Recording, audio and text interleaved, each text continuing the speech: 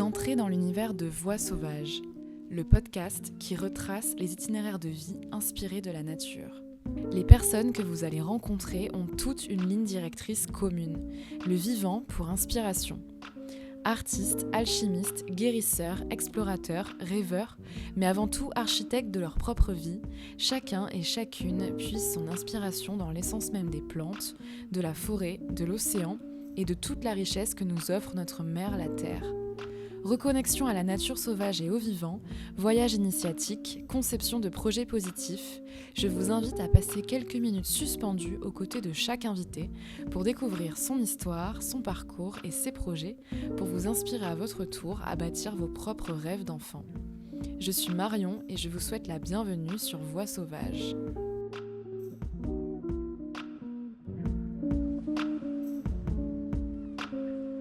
Dans ce nouvel épisode, nous partons dans les Landes, à la découverte d'un lieu typique du territoire et chargé d'histoire, le domaine de Millon. Il a été témoin d'un savoir-faire ancestral lié à la forêt landaise, la sylviculture, le gémage et la distillation de la résine de pin. Pendant des générations, le travail de cette essence locale a rythmé la vie de la famille de Marie, dont l'histoire est intimement liée à ce lieu. Mais en 1977, l'usine de résine s'est arrêtée. Dans les années 2000, les parents de Marie ont redonné vie au domaine en réhabilitant les bâtiments. Pendant 20 ans, sa mère a impulsé un nouveau souffle au lieu en le transformant en gîte et chambre d'hôte. Aujourd'hui, Marie a repris le flambeau en le teintant de sa propre vision, ouvrir le domaine de Millon à toutes et tous pour en faire un véritable lieu de vie et de partage. Elle souhaite transmettre son histoire familiale, faire découvrir cet héritage précieux et préserver ce patrimoine unique. Car pour elle, un lieu qui a tant vécu ne peut continuer d'exister qu'en étant partagé au plus grand nombre. Dans cet épisode, elle nous raconte cette belle aventure, son attachement à la terre de ses ancêtres et son projet pour faire du domaine de Millon un espace de rencontre, d'échange et de transmission. Bonjour Marie. Bonjour. Comment ça va aujourd'hui ? Eh bien ça va bien, je suis très contente. Et merci beaucoup d'être sur le podcast Voix sauvages. Est-ce que tu peux nous dire un petit peu où on est là aujourd'hui, où est-ce qu'on enregistre ?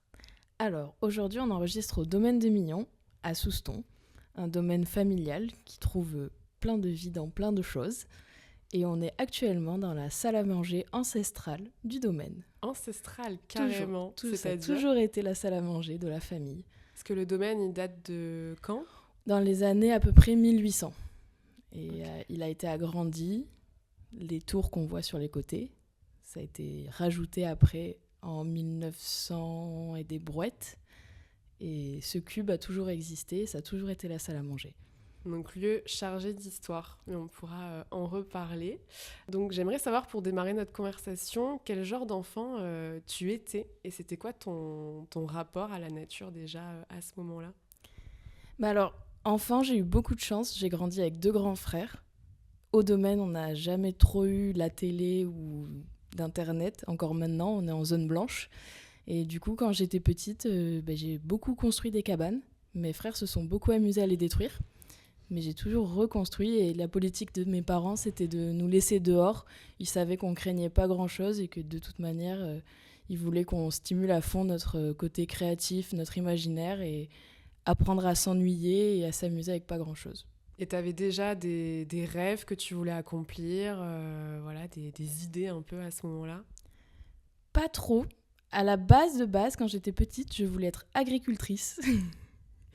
Mais ça n'avait pas trop plu à l'époque à mes parents parce qu'ils voulaient que je fasse des études plus de droit ou quelque chose comme ça. Donc j'ai essayé, mais je ne suis pas agricultrice, mais je suis pas dans le droit non plus. Et je reste au contact toujours de la nature et dehors. Et à l'époque, justement, ils n'avaient pas déjà peut-être projeté sur toi le fait que tu allais reprendre aussi le domaine et l'affaire familiale, en fait ? Non, parce que dans l'idée, dans l'inconscient un peu de tout le monde, ça a toujours été mon grand frère Thomas qui a toujours été très attaché au domaine, qui a toujours... ça a été le premier à aider les parents sur le domaine, à tondre, à faire plein de choses au domaine, et puis il adorait la nature aussi. Donc c'est vrai que c'était plus lui, aux yeux de tout le monde, qui allait reprendre le domaine, mais au final, la vie est faite de plein de belles surprises, et c'est moi qui la petite dernière et récupérer cette affaire familiale, on va dire. Mais mes frères en font quand même partie. Et justement, est-ce que tu peux nous raconter un peu ton parcours, toi personnellement, professionnellement, jusqu'au moment où tu commences à t'investir dans la gestion du lieu? Mais alors, j'ai commencé quand même des études de droit. Ça m'a pas vraiment plu. J'ai pas trop apprécié ma vie bordelaise, citadine, on va dire. J'ai eu beaucoup de mal à m'adapter, notamment par rapport au brouhaha. Ça a été très compliqué. Du coup, j'ai décidé de revenir ici, chez papa et maman, et j'ai repris des études par correspondance via le CNED. Et c'était en commerce international, sauf que j'étais toujours pas très convaincue. J'ai toujours eu du mal à trouver un petit peu ce que je voulais faire. J'ai toujours su ce que je voulais pas faire. Donc le commerce international, c'était quelque chose que je ne voulais pas faire. Et je voulais quand même continuer mes études. Je voulais pas m'arrêter ou ne pas avoir d'études. Du coup, j'ai décidé de rentrer dans un cursus d'alternance à Bayonne pour pas être que à l'école et quand même avoir un pied dans le milieu professionnel. Et c'est là où, en cherchant une alternance, en cherchant quelque chose, donc c'était dans la communication, je me suis rendu compte qu'au domaine, on avait quand même un gros potentiel. Et donc, on a fait un deal avec mes parents où, au début, ils m'ont pris en alternance et j'étais censée développer la petite boutique qui est à l'entrée. Donc ça a commencé comme ça, par une petite boutique salon de thé qui a fonctionné toute mon année d'alternance. Et à la fin de mes études, de mon contrat, j'avais compris que je voulais vraiment travailler ici et que je voulais faire plus. Et c'est là où on est parti sur le projet de créer une salle de réception, de réaménager la maison principale pour accueillir des chambres d'hôtes. Et c'est comme ça que ça a commencé. Et depuis mon contrat d'alternance, je suis passée en CDI et maintenant je travaille avec eux. Et donc tu disais au début qu'on était dans la salle ancestrale du domaine. Donc ce lieu, il a eu plusieurs vies. Est-ce que tu peux nous raconter un petit peu l'histoire du lieu ? Alors au tout début, je pense il y a très longtemps, il y avait une production de vin des sables. Donc il y a encore les étiquettes de l'époque. Je ne sais pas exactement en quelle année. Et puis après, il y a eu, du coup ma famille, c'est une grande famille de sylviculteurs. Donc il y a eu, sur le domaine, il y avait une usine de résine où en fait ils faisaient le gémage, ils distillaient la résine des pins pour en faire de l'essence térébenthine. Donc ça a été une grosse partie de la vie du domaine parce que il y avait les laboratoires, il y avait tout ça, c'était sur toute la partie là où maintenant il y a les cabanes, le rucher. Et ça s'est arrêté en 1977. Donc mon père était censé reprendre l'affaire familiale, mais il a fait un peu comme moi. Il a voulu d'abord faire ses propres expériences et puis donc ça s'est arrêté en 77. Et il y a eu un petit flop, on va dire. La vie a continué avec mes grands-parents qui vivaient dans la maison, avec ma grand-mère, parce que du coup l'usine s'est arrêtée au moment du décès de mon grand-père. Et donc ma grand-mère vivait dans la maison, et elle s'occupait de la maison. Mon père et ma mère se sont rencontrés dans les années 90. Ils se sont mariés. Ma mère est venue vivre dans la maison avec sa belle-mère. Mais c'est grand. Mais elle n'avait pas beaucoup de place. Et après, c'est dans les années 2000 où petit à petit, en fait, c'est ma mère qui a beaucoup c'est en partie grâce à ma mère aussi que le domaine existe. Parce que c'est elle qui a eu l'idée petit à petit de rénover les différents bâtiments, la grange à bois, d'en faire un gîte, les petites maisons qui servaient à l'époque pour stocker du grain ou comme ça, qui les a rénovées petit à petit. Donc pendant 20 ans quand même, on n'a pas tout fait d'un coup. Et l'usine a été détruite aussi par la même occasion dans les années 2000 parce que ça devenait trop dangereux. Et donc pendant 20 ans, ma mère s'est occupée de faire vivre le domaine à travers les gîtes. On avait une chambre d'hôte pendant longtemps. Et après, en continuant, en travaillant avec eux, on a rénové pour que les chambres de mes frères, anciennement de mon papa et de ses sœurs, deviennent les chambres d'hôtes. Et c'est pour ça qu'elles ont toutes les prénoms de ma grand-mère. Et ça a été facile de faire accepter cette bifurcation de projet pour, du côté de ta grand-mère paternelle ? Au début, ça n'a pas été facile. Après, moi, j'étais pas née, donc je sais pas. Mais de ce que j'entends, je sais qu'elle était très, très difficile du fait que, voilà, en plus, mon père, c'était le petit dernier, le seul garçon. Mais je pense qu'elle a accepté petit à petit les choses, au même titre que mes parents, ils acceptent petit à petit que le domaine prenne une nouvelle direction. Avec toi. Avec moi. Et que je pense que c'est la suite logique quand on a envie de garder un lieu dans la famille et de continuer à le faire vivre, qu'il faut accepter parfois de voir les choses changer. Et faire confiance surtout. Exactement. Et justement, c'est quoi, toi, la dimension que tu veux donner à ce lieu, puisque tu as commencé avec la petite boutique artisanale sur le site. Mais maintenant, en plus donc, des séminaires et des mariages que vous organisez toute l'année, l'idée, c'est d'élargir un peu ce que vous pouvez proposer ici avec des événements un peu plus peut-être ouverts à toutes et tous. Enfin, est-ce que tu peux un peu nous parler de toi, tes ambitions pour le lieu et ce sur quoi tu travailles en ce moment? Du coup, moi maintenant, le domaine, je suis déjà contente les week-ends de le voir vivre et de voir autant de vie. Et maintenant, moi, ce que j'aimerais, donc ça reste des projets parce qu'il faut y aller étape par étape, mais j'aimerais vraiment ouvrir le domaine à tout le monde, que ça devienne un lieu de vie. Je ne sais pas réellement de quelle manière, comment concrétiser, mais pouvoir donner un peu la chance à tout le monde d'accéder à ce lieu qui, à mes yeux, c'est peut-être pas très objectif, mais assez incroyable. Pouvoir ouvrir le fait de pouvoir courir dans les jardins, de pouvoir s'amuser, même pour les parents qui ont des enfants, que les enfants ils puissent accéder à ça sans trop de contraintes, sans peur, avec quelque chose de simple et juste où tout le monde rit, tout le monde est content. On a fait un marché de Noël récemment et c'était génial. Il y a plein de parents qui sont venus avec leurs enfants, ils ont fait des tours de poney, ils ont marché dans le parc et ça a fait du bien. Et c'est vraiment ça que j'aimerais axer le domaine sur un lieu de vie où chacun peut venir. C'est pas juste réservé à une clientèle de futurs mariés ou d'entreprises et même pour les gens qui se sont mariés ici, qui puissent revenir sous différentes occasions, soit des événements, soit des journées, soit dans le futur, pourquoi pas, quelque chose d'un peu plus concret avec un réel lieu de vie, un espace dédié à ça sur le domaine. J'aimerais aussi l'axer sur tout ce qui est salon, exposition, la culture. Pourquoi pas étudier cette voie-là aussi, encore une fois, pour ouvrir le domaine à un maximum de personnes et faire découvrir encore de nouvelles choses. Et quel type d'artistes ou d'artisans, par exemple, si jamais certains ou certaines nous écoutent? En toute honnêteté, je suis ouverte à tout, parce que je pense que l'art réunit beaucoup de personnes et beaucoup d'univers.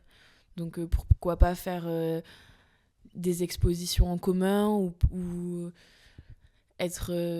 moi je serais ouverte aussi, on a notre ancienne boutique qui existe, à pourquoi pas proposer des ateliers, je sais pas, des ateliers de photos, où je pense que sur le domaine, il y a plein de sujets qui s'y prêtent pour apprendre la photo, ou alors des ateliers floraux ou des ateliers de dessin, des choses comme ça. Et là, donc, tu as organisé ce marché de Noël. Tu avais déjà organisé d'autres types d'événements? Alors, c'était l'année dernière le premier marché de Noël qu'on a fait avec une association soustanaise. Ça s'appelle les Entrepreneurs Bienveillants. Donc, c'est axé sur l'artisanat, le bénévolat, et tout est donné à une association choisie en amont. Donc on avait déjà organisé ça l'année dernière, ça avait très bien fonctionné. Et après, on avait organisé aussi un petit restaurant éphémère avec une chanteuse, ça avait très bien fonctionné. On a refait le marché de Noël cette année, ça a encore mieux fonctionné. Et après, là, le domaine, le côté événementiel et tous ces projets qui ont été faits, c'est tout récent, ça fait que 2 ans qu'on le fait. Donc là, j'ai encore plein de projets en tête. J'aimerais bien créer de nouvelles choses, notamment pour les Soustonnais, pour les enfants de Souston, voilà. Des événements familiaux, conviviaux. Exactement. J'aimerais bien...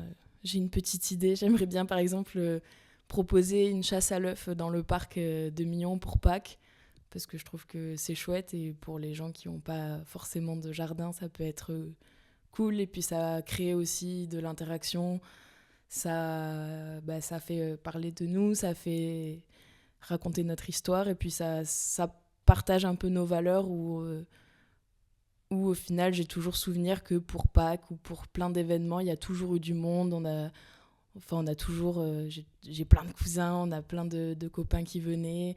Tous les anniversaires quand j'étais enfant que j'ai fait ici, c'était complètement incroyable. C'est les meilleurs souvenirs que j'ai. Donc j'ai vraiment envie de donner cette dimension-là, de pouvoir à ce que les gens puissent créer des souvenirs comme nous, on en a eu avec mes frères sur le domaine quand on était petits. Et voilà, c'est ce que j'allais dire. Est-ce qu'en quelque sorte, pour toi, c'est une façon de partager cette partie-là de ton enfance hyper épanouie et heureuse sur ce type de lieu-là, mais le faire profiter à tous qui ont peut-être pas, qui vivent peut-être pas forcément sur un lieu aussi grand où ils peuvent autant jouer, s'exprimer. Oui, voilà, c'est ça. Alors, il y a des inconvénients parce qu'on est très loin du centre et y aller à vélo, on râlait toujours parce qu'on ne pouvait pas on pouvait pas aller voir les copains à vélo, mais oui, c'est un peu l'idée d'ouvrir ça au maximum de personnes et qu'il y ait de la vie. C'est... Et ça permet aussi de faire venir les gens à vous. Si vous, c'est plus compliqué aussi de vous déplacer aussi. C'est ça. Et puis même, on aime bien l'hiver parce que c'est la période creuse pour nous, mais on est quand même un peu nostalgique de l'été, quand il y a du monde, quand il y a de la vie, parce que c'est quand même chouette de pouvoir partager tout ça. Même mon père, ça le rend toujours triste quand il n'y a personne sur le domaine. Et vous pouvez être combien au maximum sur le domaine si par exemple on est en haute saison et que les 5 gîtes sont complets, on se retrouve à combien sur le terrain Alors, avec tous les gîtes et les chambres d'hôtes, si tout est complet, on est à 34 personnes.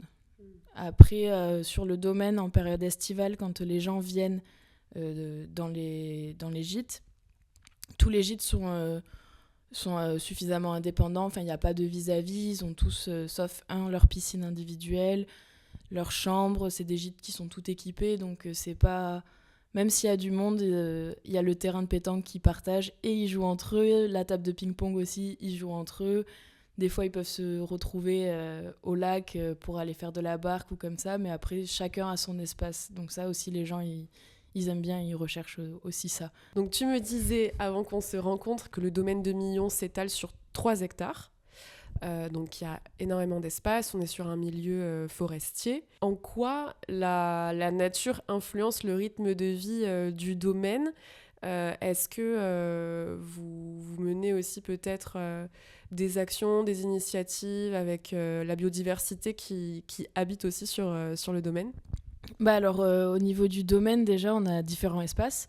Il y a les espaces qui vont être beaucoup plus arborés.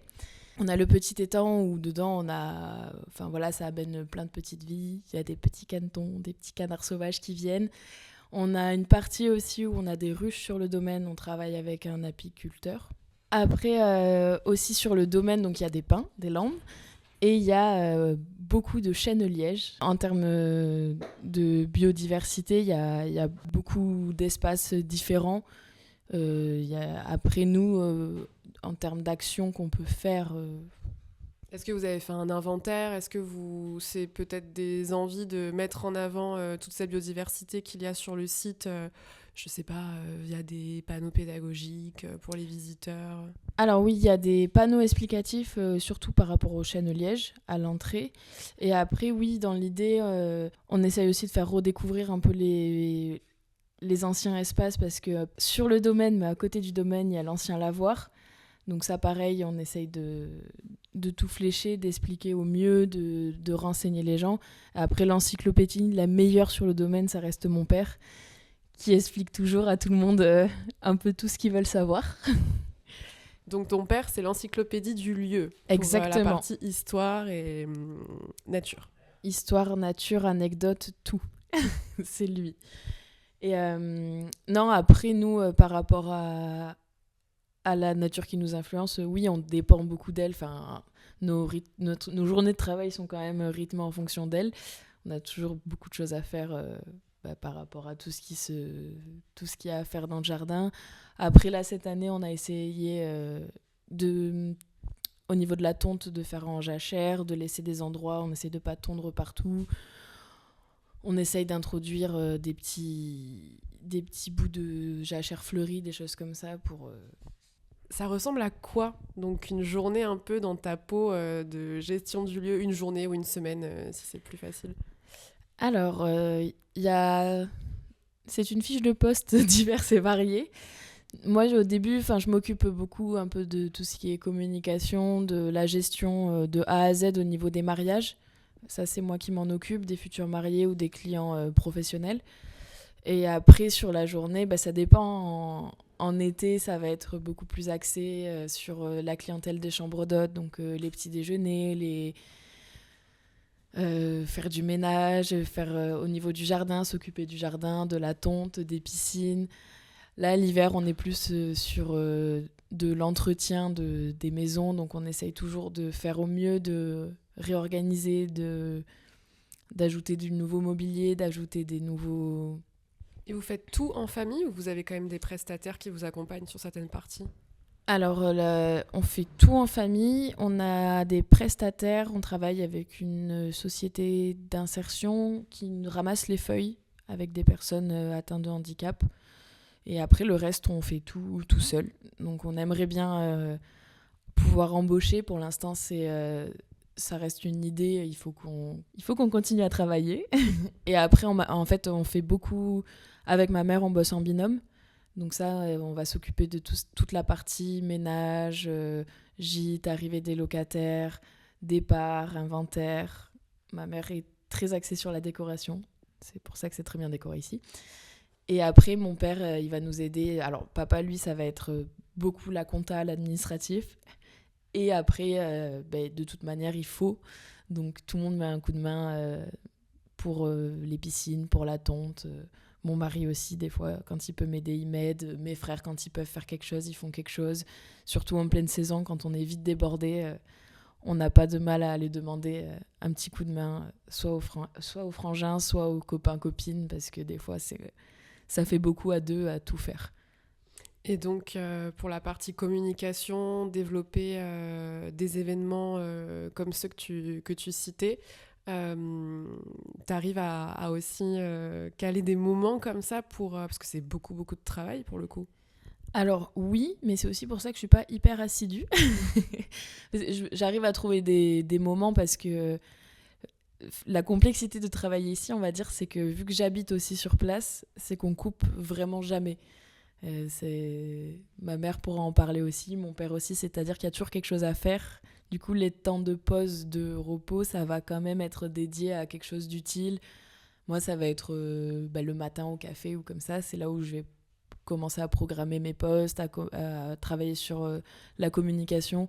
Sur mes journées, j'ai pas vraiment d'horaires qui sont dédiés à ça, sauf si vraiment je dois travailler sur un projet. Là, je vais prendre le temps, mais sinon, c'est plus quand on peut, et aussi en fonction des météos. Par exemple, l'été, quand on peut pas ni tondre, ni être dehors, ni s'occuper du potager, ni rien, on fait un peu de l'ordi.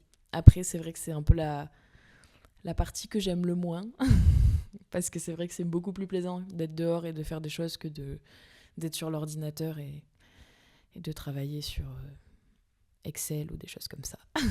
Et qu'est-ce que ça t'apporte, toi, personnellement, de t'être investi dans la gestion du domaine aujourd'hui?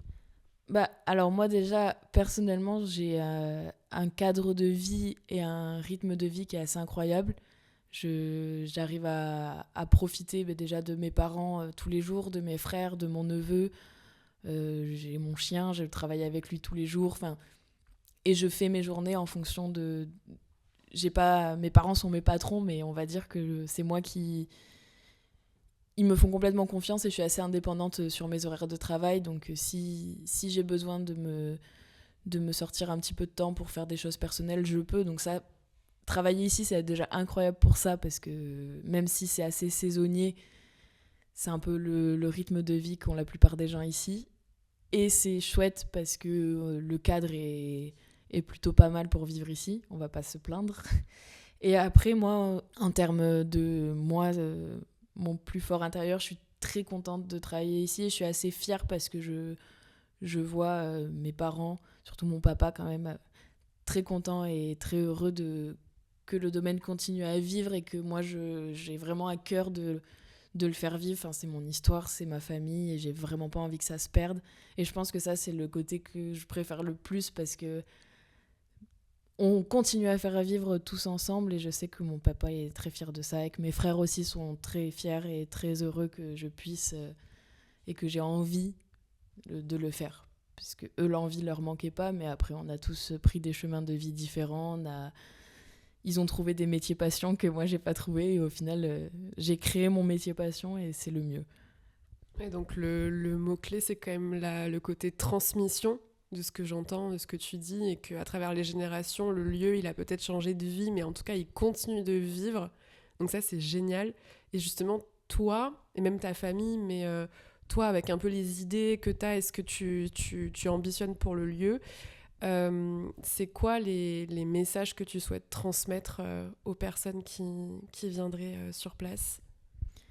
J'aimerais bien leur transmettre l'histoire de ma famille parce que on parlait du rapport à la nature. Ma famille, quand même, au début, c'était quand même...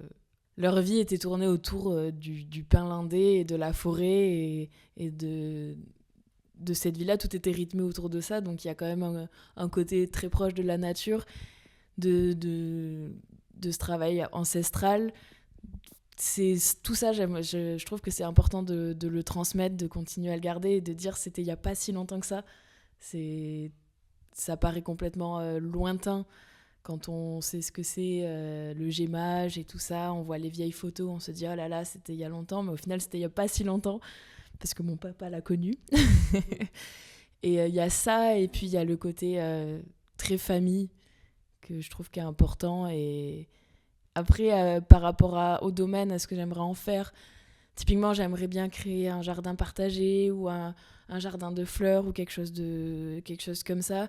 Et je me dis, est-ce que les gens peuvent pas aussi trouver de nouvelles vocations ou trouver quelque chose qui les anime ? Ça peut être ça le message, et aussi de faire attention aux autres et l'interaction. Pour moi, le lien social est très important, et de s'entraider, de s'écouter et de partager. Je pense que c'est les trucs les plus importants pour moi, les valeurs les plus importantes. Et je pense que le domaine le fait bien, et c'est sûrement ça que j'ai envie de faire aussi avec le domaine.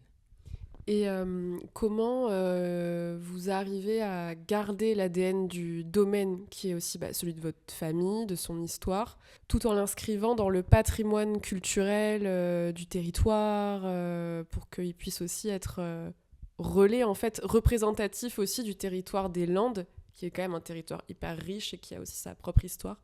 Mais je pense qu'il y a d'autres lieux comme ça qui existent et qui font ça. Et je pense qu'on perdra jamais du cachet du lieu, du côté familial et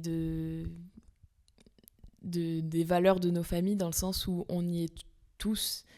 Et pour l'instant, c'est moi qui y travaille, et j'espère qu'un jour ce sera soit un de mes neveux, soit peut-être un de mes enfants, et que ça restera, et que de par ça, le domaine sera toujours ancré à notre histoire et à notre famille, tout en participant aussi au patrimoine landais, parce que y a de moins en moins d'aérial landais ou de domaines comme celui-ci, et je pense que c'est important de les garder, et c'est important de faire en sorte de les garder. Et justement, je pense que pour garder ce genre de lieu d'exception, il faut l'ouvrir au plus grand nombre et pas le garder pour soi, parce que c'est pas comme ça qu'un lieu où il y a eu autant de vie peut continuer à vivre. Qu'est-ce que tu conseillerais aux personnes qui souhaiteraient se lancer sur un projet de maison d'hôte, lieu de vie ? C'est quoi un peu les prérequis à avoir, en fait, pour partir du bon pied ? Je pense que déjà, il faut bien s'entourer, savoir avec qui on fait le projet, si toutes les personnes souhaitent aller dans la même direction. Ensuite, je pense qu'il faut être ouvert aux gens, aimer discuter et aimer apprendre des autres et écouter les histoires, être à l'écoute, et vouloir transmettre aussi quelque chose, puisque même si c'est un projet complètement vierge, il y a quand même une idée qui est née derrière ça, et je pense que c'est important de réussir à transmettre le pourquoi on a voulu faire ça, et il y a toujours une réponse à ce pourquoi. Quelles sont tes inspirations au quotidien pour imaginer un peu les projets que tu veux mettre en place sur le domaine? Par rapport au domaine, j'ai 2 grands lieux qui m'inspirent. Il y a Gastelour à Arkang et l'hôtel The Barn qui est plus en région parisienne.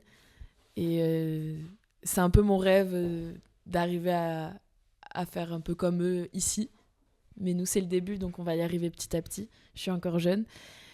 Et après, ce qui m'inspire, ça va être un peu tout et le fait de pouvoir continuer à travailler ici, à le faire évoluer et à atteindre mon but et de faire de Millon un lieu de vie, c'est inspirant au quotidien parce que ça me donne la direction un peu de la vie que j'ai envie de prendre, où j'ai une chance incroyable et un rythme de vie incroyable et je pense que ça m'inspire beaucoup. Mon père m'inspire aussi. Pourquoi? Parce qu'il est grande source de sagesse, de bons conseils et pour... En fait, il est juste à côté de nous. Et pour une personne de son âge, c'est quelqu'un de très ouvert et qui accepte le changement. Et pourtant, c'est pas facile parce que cette maison, il y est né, il y a grandi, il y a toujours vécu. Et petit à petit, on fait de sa maison d'enfance un outil de travail. Et il est ouvert à ce changement-là qui, je pense, n'est pas des plus simples dans sa vie. Et pourtant, il le fait avec le sourire. Et il est quand même content d'accueillir n'importe quel événement ou toute personne qui vienne en chambre d'hôte ou en gîte. Donc, c'est une inspiration quand même. Moi, j'avais un chemin professionnel tout tracé par mon père, qui voulait absolument que je reprenne la distillerie de résine qu'on avait. Sauf qu'à cette époque-là, ça a été le déclin de la résine. Et puis, 6 mois après le décès de mon père, j'ai été obligé de fermer cette distillerie. Et donc de penser à autre chose. Donc après, j'avais quand même quelque chose de chevillé au corps, c'était l'indépendance. Et donc, toute ma vie, je me suis attaché à être indépendant, c'est-à-dire à être un entrepreneur sans, entre guillemets, sans jamais dépendre de quelqu'un, bien qu'on dépende toujours de quelqu'un ou de quelque chose. J'ai eu des hauts et des bas dans ma carrière, des périodes assez difficiles, même très difficiles. Je me suis relevé à chaque fois et puis maintenant c'est un autre challenge. Et vous en pensez quoi de ce que Marie elle a impulsé sur le lieu? Pour moi c'est super dans la mesure où je pense elle a déjà commencé à trouver sa voie. Je pense qu'il y a du potentiel, qu'elle va pouvoir s'éclater dans ce qu'elle fait. Et aussi, ce qui est aussi un complément non négligeable, c'est que la propriété familiale va rester dans de bonnes mains, dans les mains de la famille. Et ça, franchement, je suis déjà la 5e génération à vivre ici. Si ça peut continuer, c'est le meilleur des souhaits que je puisse lui faire. Et tu veux dire quoi pour ta Et maman, je t'aime. Quelle personne t'aimerais justement entendre sur le micro Voix Sauvage? Alors, il y a Laura, des Renouées Florales, parce qu'elle a une place aussi ici au domaine. Et on a plein de projets toutes les deux pour le domaine. Et elle m'épaule un peu au quotidien, où elle m'aide et elle me soutient. Et je sais que je pense qu'on va réussir à faire quelque chose toutes les deux, parce que, comme je te disais tout à l'heure, s'entourer des bonnes personnes, c'est très bien. Et elle fait partie de ces bonnes personnes qui ont croisé ma route, heureusement, et qui vont m'aider ou qui vont du moins me soutenir dans ce projet de développement. Et après, une autre personne que j'ai rencontrée il n'y a pas si longtemps que ça, mais c'est Johanna Levantu, c'est une artiste peintre. Et c'est une personne très inspirante et qui m'a fait part d'un projet sur lequel on travaille pour le printemps 2025, pour le domaine et pour elle, et en collaboration avec son compagnon Laura et elle, on prend une direction qui me tenait à cœur. Et qu'est-ce qui te touche dans son art? La délicatesse de ce qu'elle fait. c'est très touchant. J'aime beaucoup ce qu'elle fait et la personne qu'elle est. C'est quelqu'un de très touchante et de très douce et qui a une belle vision des choses, elle aussi. Et qu'est-ce qui te fait te sentir libre ? Ça va être très gnangnan. Mais je pense que ça va être les moments que je partage en forêt, en baladant mon chien ou en me promenant à la plage. C'est vraiment là où je me ressource le plus quand je suis dans la forêt en train de marcher avec mon chien. Et qu'est-ce que tu ressens à ce moment-là ? De la gratitude et beaucoup de reconnaissance. Même quand il pleut. Où est-ce que tu veux rediriger les personnes qui nous écoutent pour suivre le domaine de Millon ou qui veulent peut-être venir sur place pour louer une chambre, un gîte, organiser un événement ? Alors pour suivre au mieux l'actualité du domaine, je pense que ça peut être sur le Instagram, domaine de Millon. Et après, il y a le site internet si les gens veulent des renseignements. Et après, s'ils souhaitent m'appeler, c'est avec grand plaisir. Merci beaucoup d'avoir partagé cet échange inspirant avec nous.